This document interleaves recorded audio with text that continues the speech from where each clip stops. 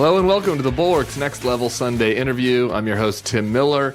This week I got an old pal, Josh Green. He's got a new book out this week on Tuesday called The Rebels, Elizabeth Warren, Bernie Sanders, Alexandria Ocasio-Cortez, and the Struggle for a New American Politics. He also wrote Devil's Bargain, Steve Bannon, Donald Trump, and the Storming of the Presidency back in 2017. And I got to tell you, it was probably the best of the early phase books examining how the populist right came to power. The interview, I think, is super interesting. I feel like we spend a lot of time talking about the populist right here at the Bulwark and a little less talking about the populist left, so I wanted to dig into that. I also just want to flag here, first Sunday show of 2024. It's an election year. I'm going to be doing my best to give you guys, some fun breaks, some fun interviews, do some Jane Lynch throwbacks. You can go through the archives and see all the interesting people that we've had. We had little Steven over the holidays, and he was awesome if you've missed that. But in an election year, we're going to have to do some politics sometimes. So just, stick with me.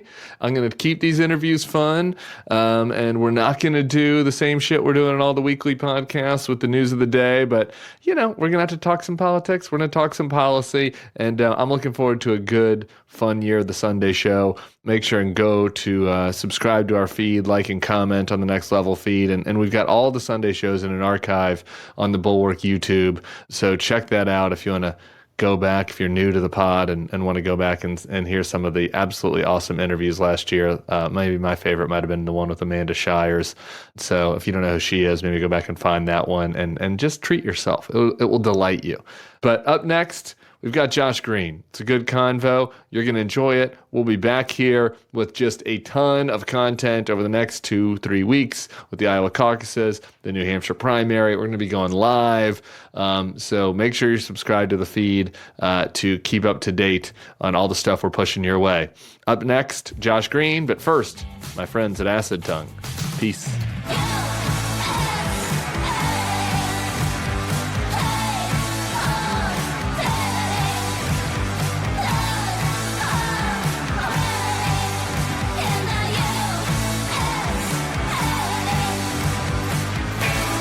Hello and welcome to the Bulwark's Next Level Sunday interview. I'm your host, Tim Miller. We're doing populism today with my buddy Josh Green. I'm excited about this. He has a new book out in 2 days on Tuesday, so pre-order it. It's called The Rebels, Warren, Sanders, AOC, and the Struggle for a New American Politics. He also wrote, I think, probably the best, at least OG era book about the rise of the Donald Trump and the populist right. It was called Devil's Bargain, Steve Bannon, Donald Trump, and the Storming of the Presidency.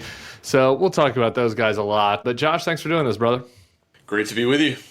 We spend a lot of time on the material mined by your last book, Devil's Bargain. So, maybe we'll get to that a little bit on the back half. But not as much Bulwark time is spent on the populist left. We live in a fragile détente with one another, with our common foe.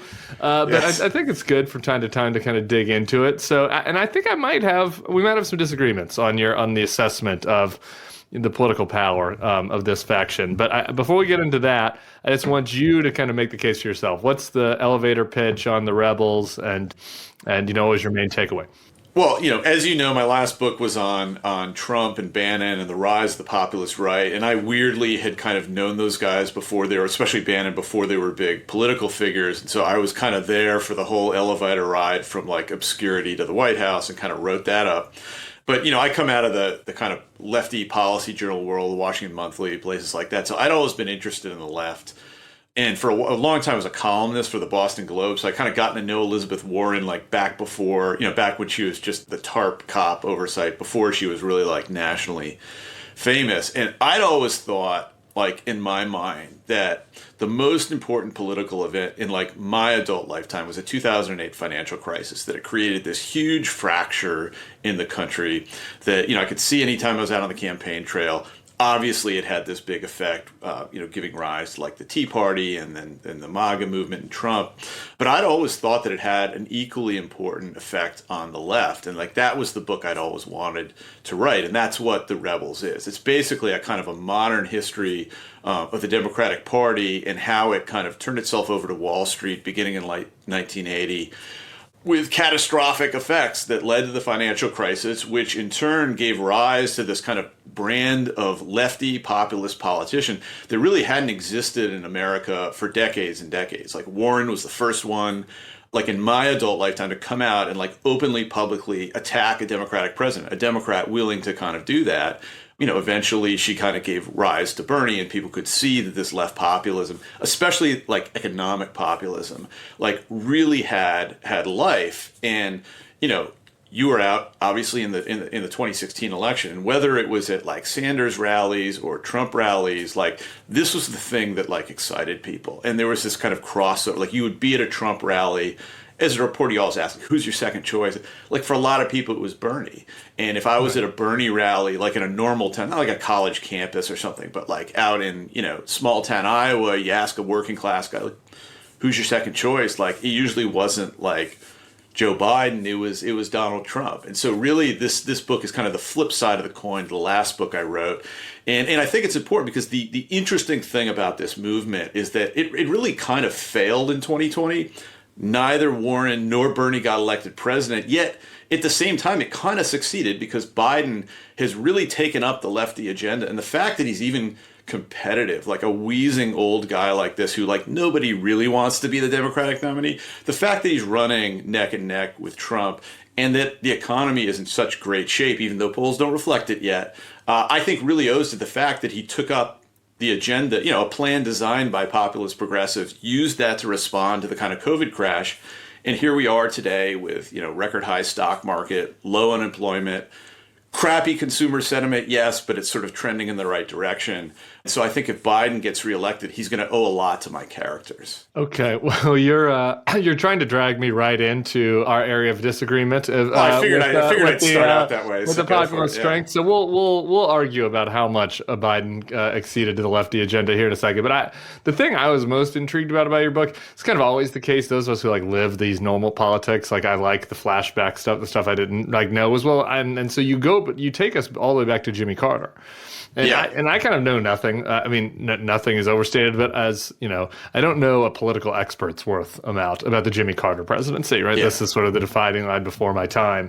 And you know, not a ton of books have been written about the old Jimmy Carter presidency either. So he's kind of in a donut hole for me, a little bit of my knowledge. And it was interesting to read, you know, kind of where you sort of set the germs of this, you know, populist left movement is that Carter having much more sympathies towards that side of things, at least on the economic side, and getting basically bullied by more of a pro-corporate Democratic lobby and Democratic House. So anyway, tell that story and kind of draw the line from there up to the financial crisis. To me, so I'm going to start my answer in 2009 because this is where the kind of germ of the book came from. I was working at The Atlantic at the time, and I did like the kind of long, flowery magazine profiles. And Tim Geithner, who was the Treasury Secretary at the time, like allowed me to kind of embed with him for 6 months. Like nobody does that anymore. Like they're all afraid of reporters now. But back then it was just normal. They're worried that they get the Tim Alberta Chris Licht treatment where like he's like he's doing push-ups or something. While Tim's ruined it for everybody. Yeah.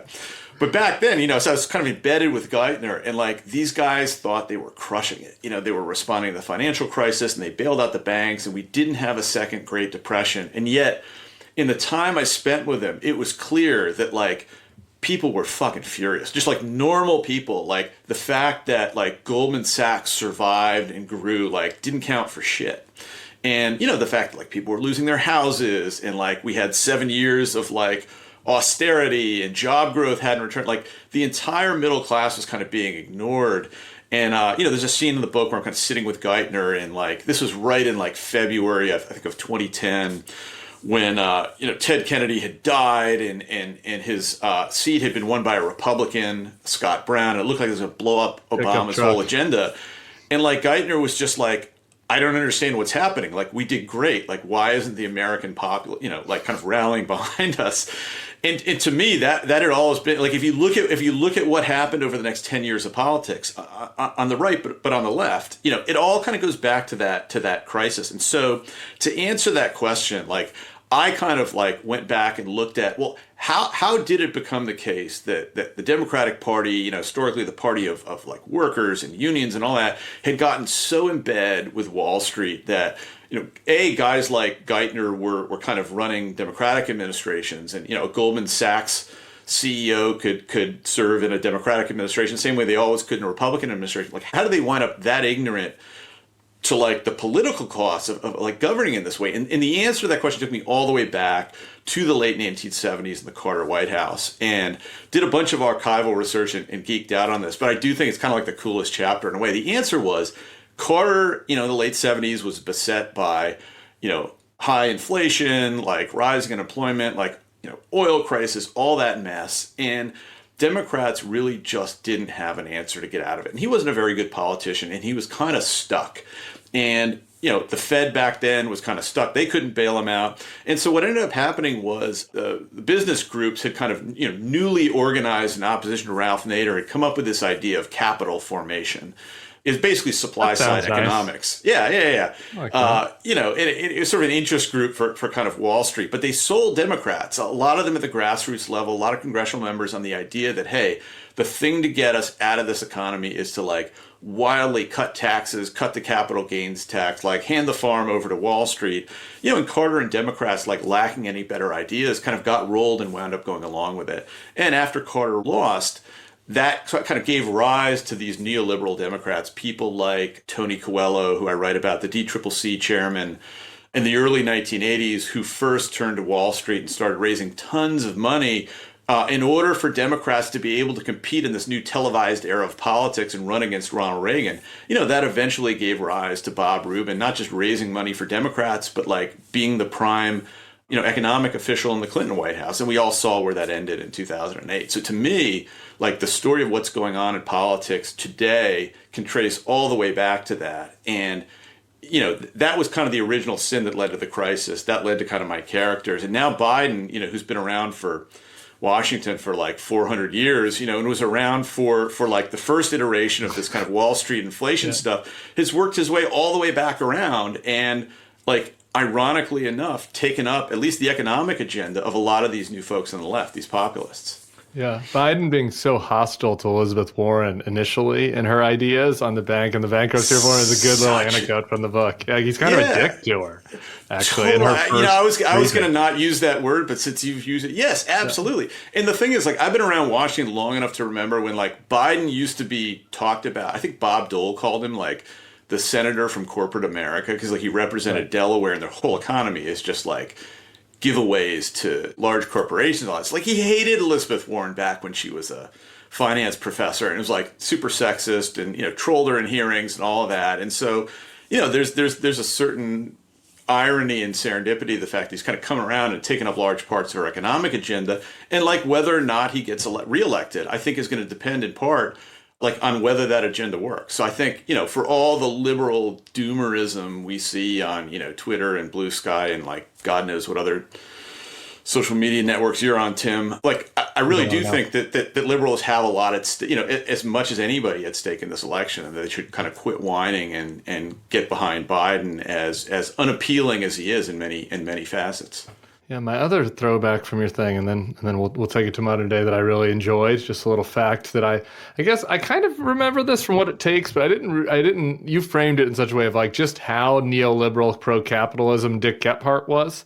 So growing up as a Missouri Republican, I was born in Missouri. I was like, my family, my grandparents, or at least all like really old line Republicans, all hated Dick Gephardt. He was a big lib to them. But reading your book, I was kind of like, man, I think I kind of like Dick Gephardt in retrospect. Yeah, we need a little bit of capitalism. It's crazy how in like, let's say like 1982, 1983, Democrats with presidential ambitions were so frightened and terrified of being tarred with a Jimmy Carter brush that they like freaked out and like raced to the business side of the economy. I can't remember the Gephardt quote. I think it was like, we ought to be letting banks run the economy. Kind of, they know what they're doing. It sounds like Gordon Gekko in a couple of quotes. Totally. Like all these guys did, and Gary Hart, and it's just like, knowing what we know now, it shouldn't be that surprising, what came down the pike later on. But the fun part for me really was like delving into that history, that like the stuff that you and I didn't live through in politics. But yeah, so I wanted to get all that out there because that takes it to the fundamental question I have that I want to kind of work through with you about this kind of populist wave. Because if you take the premise of your book, right, which is that this era of left populism emerged from the Wall Street crisis and was pretty focused on financial issues. One way to look at that is that the populist left had a tangible concern that was in line with a lot of voters.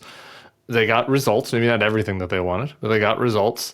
The wave has kind of subsided, and the sort of establishment, center left, neoliberal, whatever you want to call them, have reasserted kind of dominance within the party. That's one way to look at it.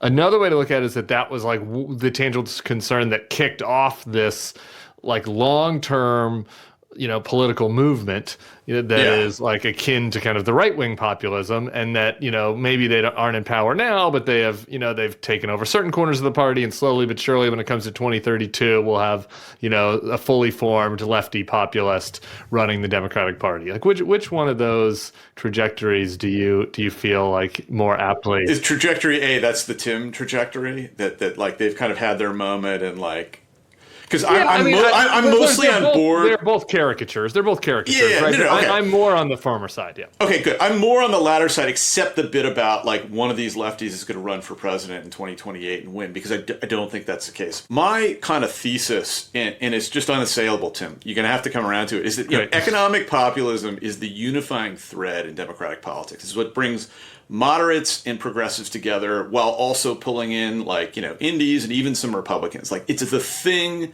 that attracts majoritarian support. If you take it out of the sort of carapace of like a radical like Bernie Sanders or even Elizabeth Warren, certainly AOC, when you put stuff like minimum wage on the ballot or a wealth tax or, poll people, whatever, these are very popular ideas. And my 25 years or whatever reporting on democratic politics, like in Washington, but especially kind of out on the campaign trail and out in the States, is the closer Democrats hew to kind of that version of what progressive liberal politics look like, the more successful they are.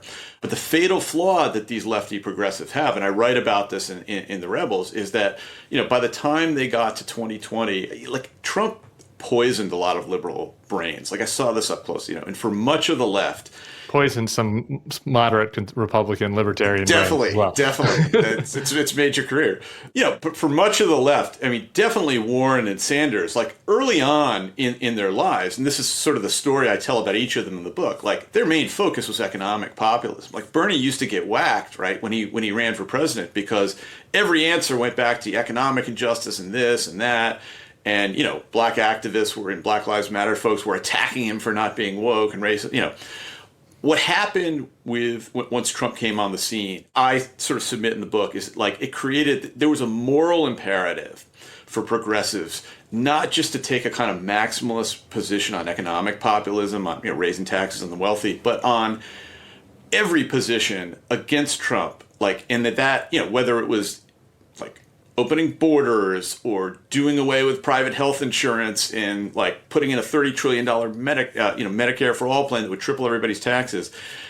And that kind of superseded basic electoral concerns. And I think that's why you saw, I was sort of embedded with Warren in like the fall of 2019, kind of for the book. And for a brief moment there, she was like leading all the polls, if you remember this, fall of 2019. Of course. Me and Bill Kristol were on a conference call at that. I have a very vivid memory of a conference call between me and Bill Kristol in like around this time, fall of 2019, where we're saying to each other, so can we support Warren? We can support Warren. We can support Warren. He's like, we can support Warren, right? I'm like, yeah, I think we can. And then he's like, and it's kind of like, maybe actually we'll be needed more if it's Warren. And I was like, yeah, we probably will be needed more if it's Warren. Okay, whatever. It's Warren. Warren will be fine. And the reason you guys never actually had to make that choice was because, rather than the race just being about like, hey, let's do a wealth tax, like let's get kind of shit under control in the economy and get rid of Trump, all of the lefties sort of pushed each other into like, no opponent to my left. And so next thing you know, we're like debating these absurd plans about like passing Medicare for all and who would pay for it and all these little kind of, policy riders and so on for a plan that has no hope of ever being enacted.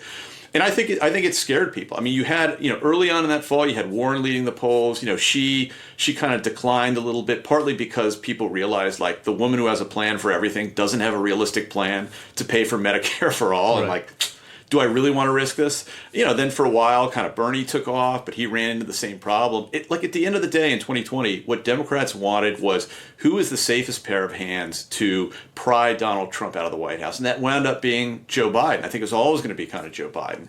And the lesson in that for Democrats is that, like, people don't want radicals running the government. Like, they like your economic populism, but they don't want radicals running the government. And so to answer your kind of question about, are we going to have this kind of wild lefty progressive populist running in the future? I don't think we ever will.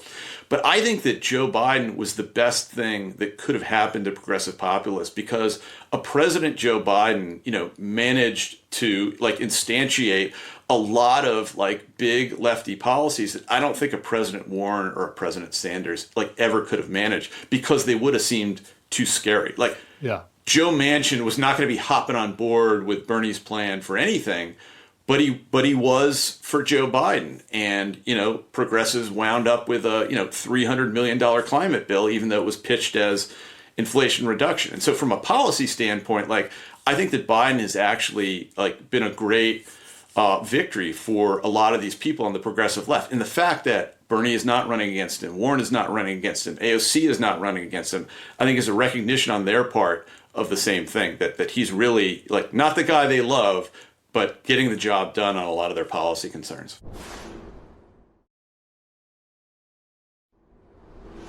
So I want to poke a little bit of a hole in the Biden thing next, but I want to go back just really quick about the electoral prowess part of this, because it sounds like we have an agreement on this, that they don't have that much long-term electoral prowess. And I think that part of the reason is, and this is where I do agree with one of your statements, is that, you can get a united front within the Democratic Party on some populist economic issues, like you're talking about the wealth tax, the minimum wage increase. I mean, I don't know if you can get, the bulwark former moderate Republican types of our coalition on with the wealth tax, but, like, you could surely get us on board with a tax increase for people making over $400,000 a year or whatever. You know what I mean? If you want to give me throw a couple extra points on the death tax, to punish the Nepo babies, like, you're going to get most of us on board with it. Like, so even the more conservative side of the coalition will get on board for much of this stuff. Maybe not everything, but the problem is once you get beyond that in the populist element to it, into foreign policy and cultural issues. And I think one weakness of left populism compared to right populism is that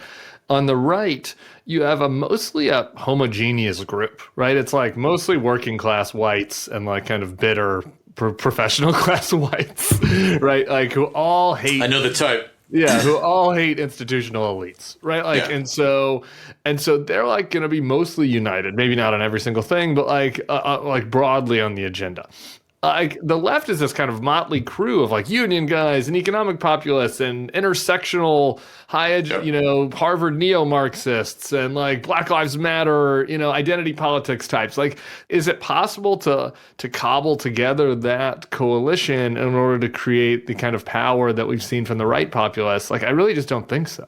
At least not now. I think, we have proof that it is, right? Because Joe Biden basically embraced that agenda in 2020, and then, like, to everybody's surprise, kind of instituted even more of it than I think most people, including, like, Warren and Sanders, would have imagined a couple of years ago once he became president. So you don't necessarily need, like, a populist agenda to unify Democrats. Like, the big unifier of Democrats right now is Donald Trump. And, right. Maybe in 2028 it'll be, like, I was going to say Ron DeSantis, but, like, no.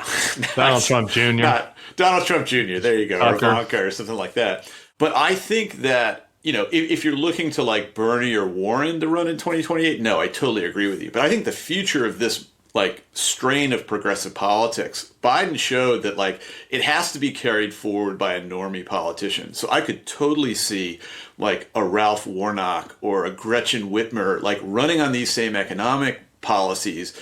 And yet, because they are coded as kind of normal mainstream Democrats who actually have more appeal than probably Joe Biden does, to, minorities, women, et cetera, they really do have the capacity to unify the Democratic Party around this kind of agenda, like in a way that would have seemed unrealistic 10 years ago. Right, but part of the reason why they're coded as normie Democrats is because they act normal. They don't act, you know what I mean? Like Raphael Warnock, if he runs at 28, is not going to have like his he/him pronouns in his Twitter bio, and he's not but neither did Joe Biden in 2020, right? Right, That's the key, and that's the sort of like life lesson for all populists: is that look at what happened to Bernie Sanders in 2020 in the Democratic primaries. Look what happened to Elizabeth Warren, and like the entire crowd. Kamala Harris too was like all for Medicare for all, and then like awkwardly tried to back away from it, as she awkwardly, does everything. But like the lesson is if you're kind of fronting pronouns and fighting about, Hamas and Israel and all that, probably not going to unify the party in an electoral majority in November. And so there has to be a certain discipline in like, hey, like let's focus on a set of ideas and target a set of voters who are going to get us like elected. And if you look at like the median voter in the country today, I think it's like a 50-year-old white guy without a college degree. And so, you can't just appeal to the people who follow you on social media. Like there has to be, Democrats have to find a way to have a broader tent movement than that. And they were able to do it in 2020, partly because Trump unified them and Biden seemed like the safest guy to get the job done. It's going to be harder in 2024 because people just aren't real happy with Biden. There's been a little bit of inflation. There's the war in Israel going on, like people are cranky. And Trump, as you guys said in the podcast with Bill Chris, like he's kind of receded into the background for a while. And, other issues have been at the forefront, and that's made people really grumpy and unhappy about Biden. But Trump is about to come storming back, like in 2 weeks, And once he does, I think that will make it sort of more of an even race. So maybe Democrats can still unite around even a kind of weakened aging Biden in a way that will allow this kind of populist agenda to carry forward. Because if Biden loses, I think politically a lot of what's happened is going to be discredited. Like everybody is going to chalk it up to inflation and, we can't dare stimulate the economy and we can't ever extend unemployment benefits during a recession and let's cut. Let's go right back to the kind of austerity that was so popular like in the 1990s. And like, that's not a winning recipe for Democrats. Or for working people. Okay. So I need to defend my centrist dignity in liking Joe Biden after you've just just pitched him as a Trojan horse for the Elizabeth Warren populist agenda. Because I don't think that that's really true. I think he has done some things. You're right. I think that on the theme of the book, on the anti-Wall Street stuff, on the more Keynesian, whatever you want to say, the more spending, injecting stimulus into the economy in a way that Obama even didn't. Grant you that. But like, let's look at what he didn't do. And you've already mentioned Medicare for all. He didn't do that. He's not a Green New Deal Democrat.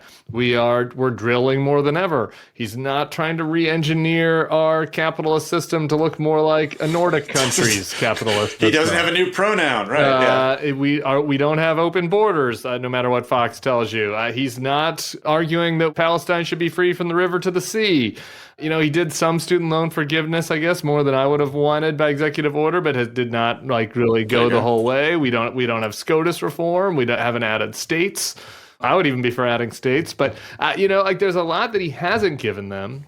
Well, right. He's also had a 50-50 Senate with, two, are they even Democrats anymore? They're not, right? Sinema and Manchin, I can't keep track of all the Manchin is still a Democrat. Sinema's not. And Angus King, I guess, technically is not either, though he's voted with the Democrats 100%. Okay, yeah. I mean, look, I hear what you're saying, but look, I think if Democrats had, 59 or 60 senators the way they did when I was hanging out with Tim Geithner after the last crisis in 2009, you would see Supreme Court reform. You would see pushes for these new states. You would see like a much more robust stimulus and kind of care economy stuff than we wound up getting because Democrats would have the political wherewithal to do that. Now, maybe that would have blown inflation even higher and we'd be in a disaster today. But I don't think that the fact that Biden hasn't put into play the kind of full spectrum crazy lefty agenda doesn't mean that he hasn't been a valuable ally, the most valuable ally for the populist left strain of Democrats. I mean, the way I frame it in the book is all you have to do is look at our last two financial crises, right? after the 2008 crash, I was hanging out with Warren. I was Boston Globe guy, and her job at the time, she was like the bailout policeman, the TARP oversight chairman. And, she went to the Obama people and had this whole laundry list of like middle class focused things you should do to help recover from this giant economic crash we just had. Stuff like a big stimulus and beefed up unemployment, eviction freeze, small business loans, student debt relief, like all of that stuff. She got none of it. And, the economy was miserable, and it led to, the rise of these kind of populist movements and ultimately Donald Trump. So you flash forward to the COVID crash, and, not only has Biden instituted like every single one of these things, but he's populated his administration with like most of the important Elizabeth Warren like allies and policy thinkers. And in fact, like the ideas have been so strong on their own. Like Trump was the first guy that put a lot of these things into practice, right? He was president when COVID hit. I don't know about you. I got a big check in the mail. There were enhanced unemployment benefits. I mean, Trump went full economic populist in a way that like he hadn't, to the frustration of people like Steve Bannon, he hadn't been willing to do at any point up to then in his presidency. And like he almost won re-election. Yeah, he really kind of went half economic populist. Maybe had he gone full economic populist, had he gone even 3/4 economic populist, I think he would have won re-election. But like he didn't do it. But it just goes to show you the power of these policies. Like when you strip away all the kind of Washington, you and me, pointy-headed bullshit, at the end of the day, any winning coalition, Republican or Democrat, has to appeal to like ordinary working people who are like living their lives and trying to get their kids into college and trying to pay their bills and like trying to retire and just doing all the boring stuff that nobody wants to write or tweet about because it doesn't get any engagement. But like at the end of the day, like that's what you got to be able to do. You have to make a convincing case that like people's lives are going to get better, not going to get worse. And like to me, this kind of economic populist agenda, not like pronouns and immigration, is like the secret sauce that can let either party do that. And one of the things that'd be interesting to watch when Trump comes back is like, is he just going to be full on election denier, let's deport everybody? Or, will Bannon and some of these other guys kind of lure him like back onto the path of like, hey, talk to the union worker who like got laid off and wants a bigger paycheck, and go back to some of the anti-Wall Street economic populism stuff that got him elected in the first place in 2016.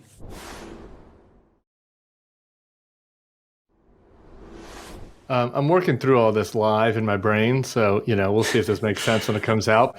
And one way that the right populism, obviously, I don't want to create a false equivalence. Like Nazis are scarier than socialists. Like Nazis are scarier than socialists. So granted, but like we'll check that box. Yeah. But just as a formulation, one reason the right economic populism is a little scarier to me is that it kind of works in concert with cultural populism in a way, at least right now, like in the country, that can make it a political force. Maybe not quite as much of a political force as Bannon wishes. Me and Bannon have gone back and forth on this a few times. Like, there's some elements of conservative cultural populism that turn off a lot of normies too. Yeah, but it's particularly at odds, I think, on the left, right, where the economic populism like gets so overshadowed. Like if it's united with the kind of campus left identitarian restructuring our, the social compact kind of leftists. Fine for Harvard presidents to plagiarize kind of leftists. It just doesn't work. Like I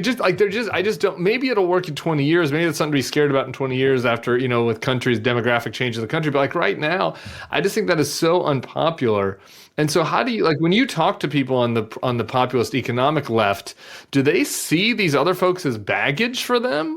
Totally. Look, huge concern about this and also like fear of speaking out. I mean, I think that like the fundamental flaw of the left today is that like they hypnotize themselves like into thinking that there aren't electoral trade-offs for that kind of behavior, that they can just sort of like abstract it away through an argument or something like that. And like there isn't. And like there have been people who I think have like very bravely, spoken out and written about this. Ryan Grimm at The Intercept did like a great series of pieces about like the crisis in a lot of lefty nonprofit organizations that have essentially abandoned their missions in order to just have these kind of fights over identity that are like not only killing the organizations, but like, grinding kind of the progressive advancement to a halt. So no question, like this is a huge problem for the left. And I think a lot of people on the left realize that. I tend to look at it less as, oh God, these guys are kind of sinking the left, and more like, I don't know, maybe I'm an optimist, or maybe I'm just kind of arguing on behalf of like these political ideas, that's political history that I've written about in the book. But to me, one of the most, I can't remember if I put the scene in the book or not. God, it's going to kill me if I didn't do it, but you'll appreciate it. Okay. When Steve Bannon was in the White House, that brief like 6 month span when he was in the White House, I'd written the book about populism, and I was very much in touch with him because I was, and he was so busy that the only time I could actually get his attention was like early on Saturday mornings. I'm not making this up. I would get up at 6 a.m. I would go to Dunkin' Donuts and buy like a box of a dozen donuts. I would drive to the Breitbart embassy where Bannon lived. I'd get there at like 7 a.m. and we would sit down.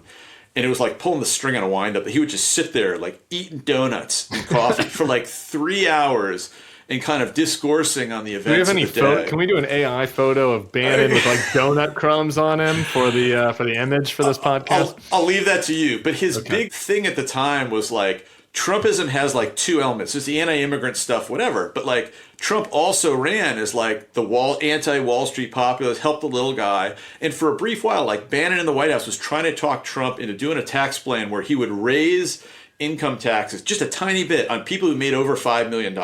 It would be like this signal that would disarm all the lefty attacks about Republicans of the party of the rich. And everybody told him to go to hell. And I think somebody, I don't know if it was like Scaramucci or somebody like leaked on him to Axios, and the idea just sort of crashed right away. But when we were sitting there like stuffing our face what with a great donuts, idea, by the way. Scary, great idea. Totally. But while we were sitting there stuffing our face with donuts every Saturday morning, like Bannon's big fear at that time was Elizabeth Warren.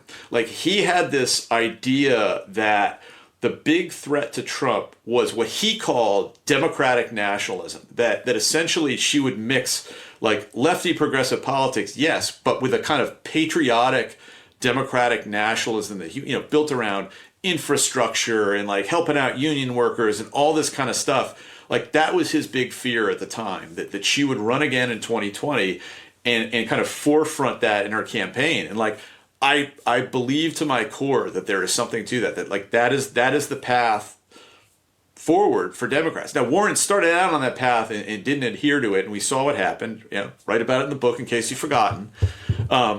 But to me, like that is the reason I think that populism can be a positive force. But look, I don't think that you and I are really in disagreement that if what we're fighting about is, hey, it's okay for the Harvard president to plagiarize, and we really need to have a fight about intersectionality, and we really need to kind of like open up borders for social justice reasons or whatever, then Democrats are going to get clobbered, and we're going to be back to Trump presidency part 2.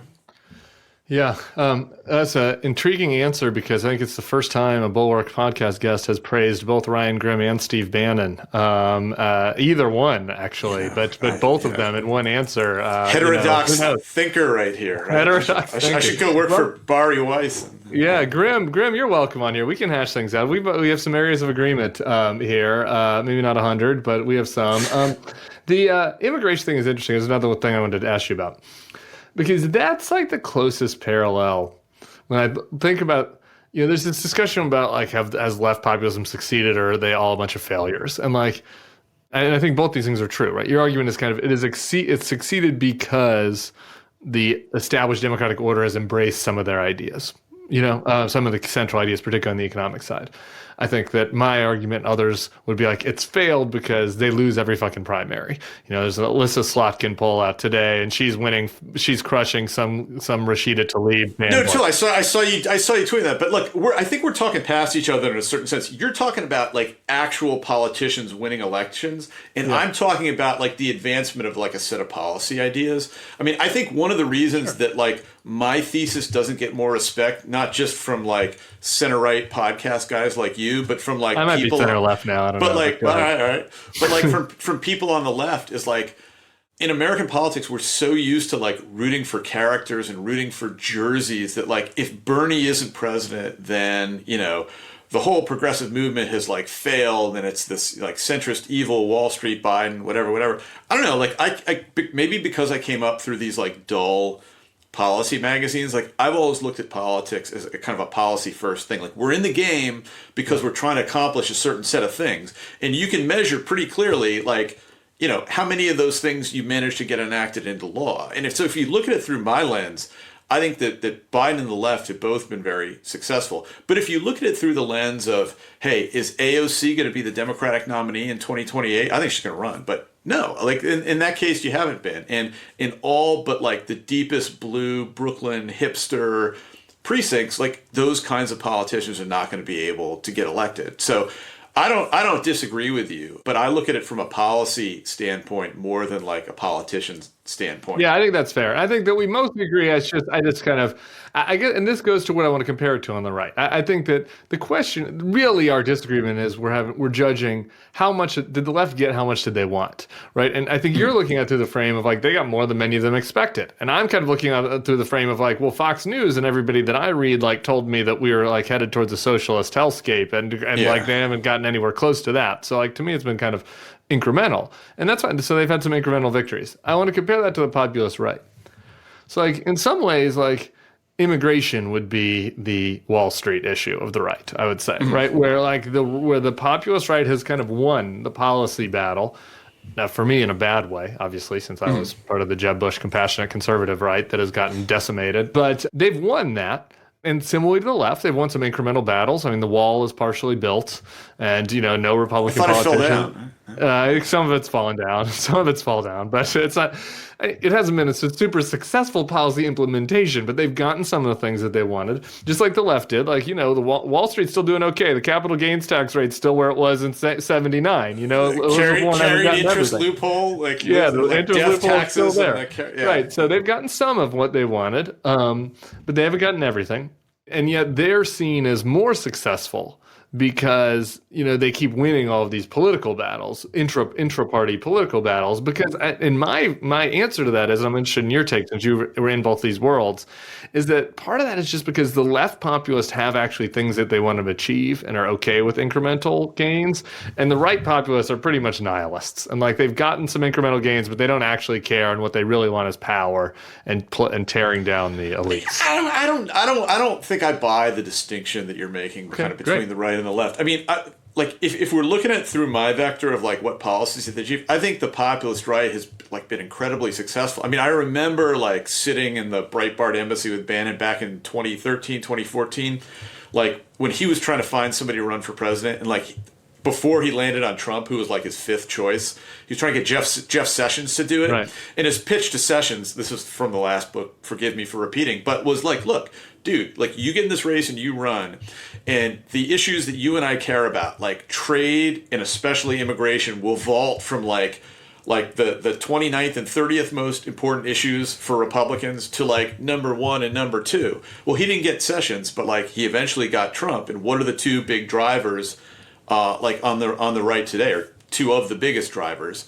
It's trade and immigration, and the party is Trumpy and full of MAGA, and like Steve Bannon is still the guy setting a lot of the policy agenda. So like I think he's kind of succeeded in that way, even though when you run a lot of these MAGA politicians in like house races, like they just step on a million rakes and like wind up blowing winnable elections like time after time after time. So like if you look at it from a policy standpoint, I think they've sort of had some advances.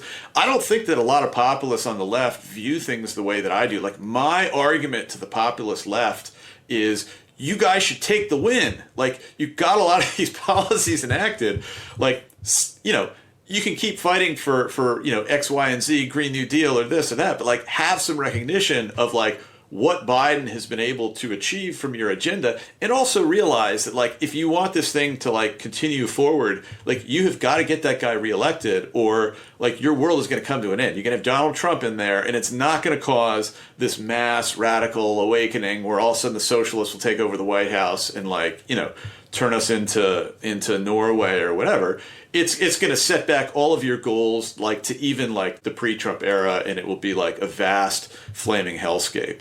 So I don't know. That's where so you're seeing the parallel as perpetual grievance and perpetual feeling of unsuccess despite having these big wins. Totally. I mean, do you like follow some of these lefties on social media? I mean, this is part of, I think, where we talk past each other, because even though you spent a lot of time with Bannon, I assume that you're not punishing yourself in the way that I am with like constant inputs from like what is happening in the Tim Pool, Bannon, like, universe. You're a political guy. Like, I'm a reporter. I mean, to me, he was like this wild character. I mean, he was like a dancing monkey. Like, as a writer, like there's nothing more exciting than like seeing these two, put Trump in there too, these two crazy characters. Like, in my career, I'll never see two more people like that. So like, I'm not beating myself up. I'm sort of fascinated my point is I'm not looking at the crazy lefty stuff. I just like, I'm not consuming this material.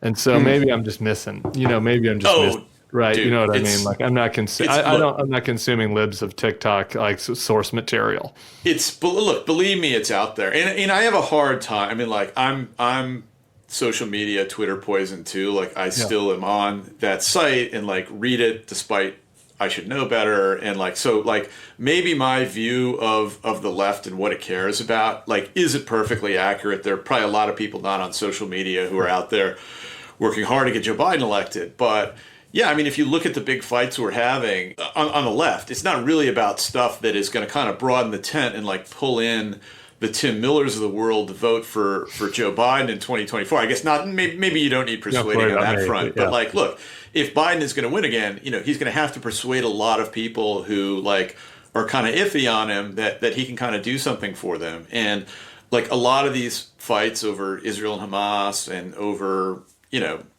whatever's going on Harvard's campus this week is like, I don't think the issue that's gonna achieve that goal.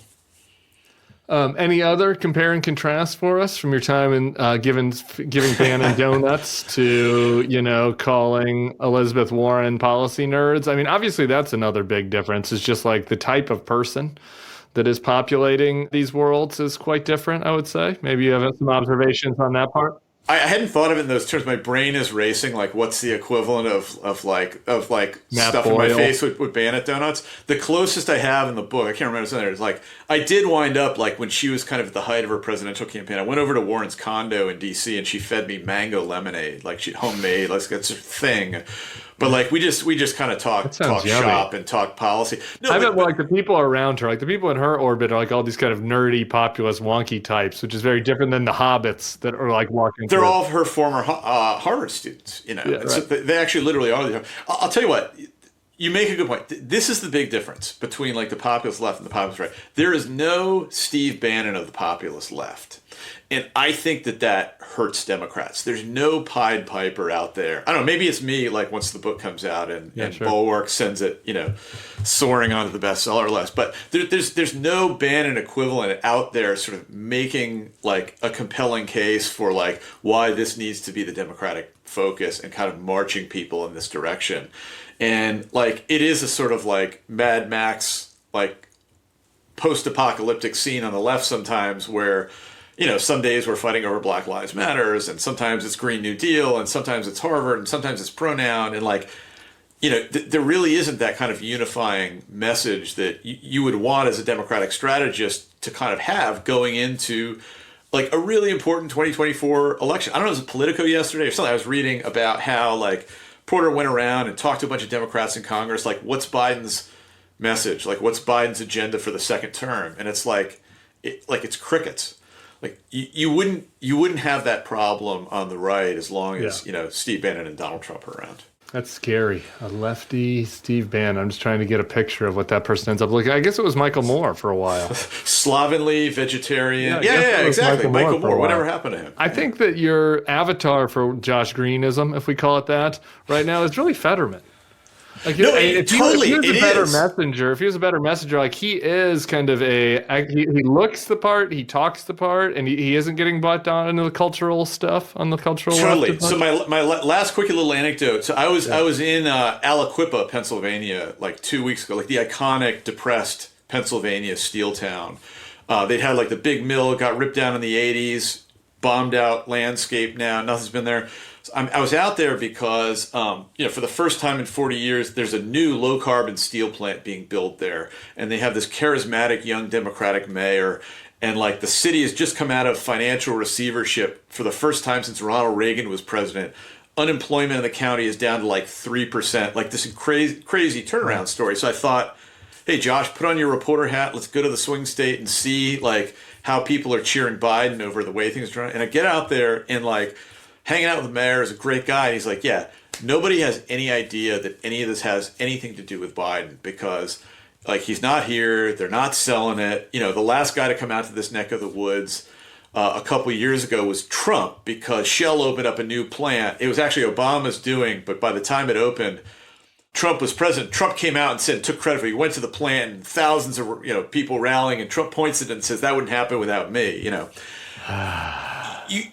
You go out and you see like on a policy level, like I said, like a lot of things are kind of pointing in the right direction. But like at the end of the day, as a campaign guy, this, like you have to get out there and campaign and like convince people that like you deserve another term, that things are going right, that the reason that things are going right is because of what you did and what your administration did. And that's the place I think, you only have to look at a poll to see this. That's the place where I think Biden is falling down and needs to kind of get up and improve bigly before November 2024. That is a frustrating anecdote. Okay, my last question for you. You began your career, maybe you didn't begin it. Early in your career, you were at The Onion.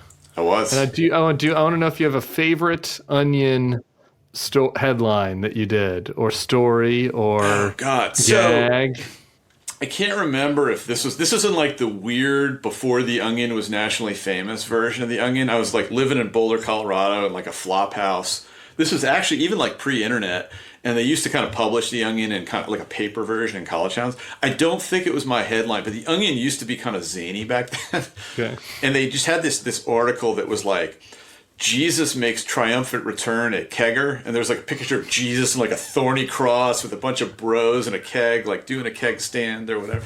Those were kind of like the halcyon days of The Onion. The other thing I used to do, somehow I feel like I'm going to wind up getting myself canceled here. Was it pre 9/11? When was this? What year was this? Oh, this was like 96, 97, something like that. Yeah, the glory days of the 90s. There's no serious things to be worried about. They used to make Kegger Jesus. The Onion used to have this thing. It was called The Onion's Drunk of the Week, and like I was The Onion's Drunk of the Week wrangler. And like you would go out to the college bars with a Polaroid. Do you remember Polaroids? Yeah, of course, yeah. And we had this big sign that said like, Lord help me, I am The Onion's Drunk of the Week and I am dumb. That was The Onion's slogan. You'd find just like the sloppiest, most shit-faced person you could to kind of hold this up and sign a photo release, and then you would like put it in the paper. And like that was literally my first job in journalism, if you can call it journalism, was working for a fake news outlet, running Onion Drunk of the Week feature. So I think there's a lot of parallels to that in your work covering Breitbart, actually, now we think about it. Okay, I lied. Last question. Coach Prime. You lived in Boulder. Where are you at on Coach Prime? Are you concerned?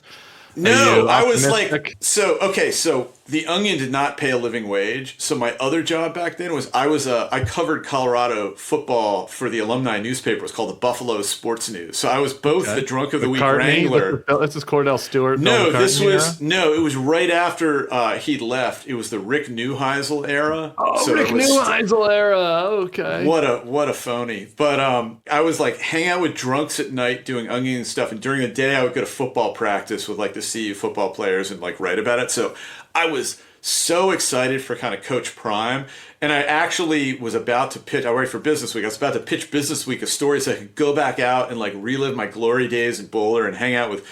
And like the Prime thing happened so fast. Somebody else did it for like Business Week before I could do it, about like all the brand endorsements like Prime was bringing in. So I think he's a bit of a kind of Trump phony, like went 3-0. Like that was when I was pitching the story. What did they wind up, like 3-9 or something like that? 4-8 or something. Yeah. Yeah, terrible. But I'm pretty excited about it. Like Boulder's a great place. CU is like a fun place to be, and so like, despite my better judgment, like I'm pulling for Coach Prime in 2024. Rick Neuheisel. That's Maybe a I flashback. can work a Business Week junket to get myself out there for season 2. Yeah, we'll figure it out. Or, maybe a Bulwark Stringer gig. We'll figure it out. There we go. Josh Green, There we go. Go out and order it. There were a bunch of anecdotes we didn't get to. It's good stuff. Our lefty Bulwark listeners who come to us, we brought you somebody that writes about the left. This is my gift to you Buy my in book, 2024. yes. We're going to spend plenty of time this year talking about what's happening in Candace Owens' world. So, just kind of do some populist left time. It'll be good for your soul. The Rebels, Warren Sanders, AOC, and the struggle for a new American politics. We'll talk to you soon, Joshua. Always a pleasure. Thank you, Tim. Later, homie.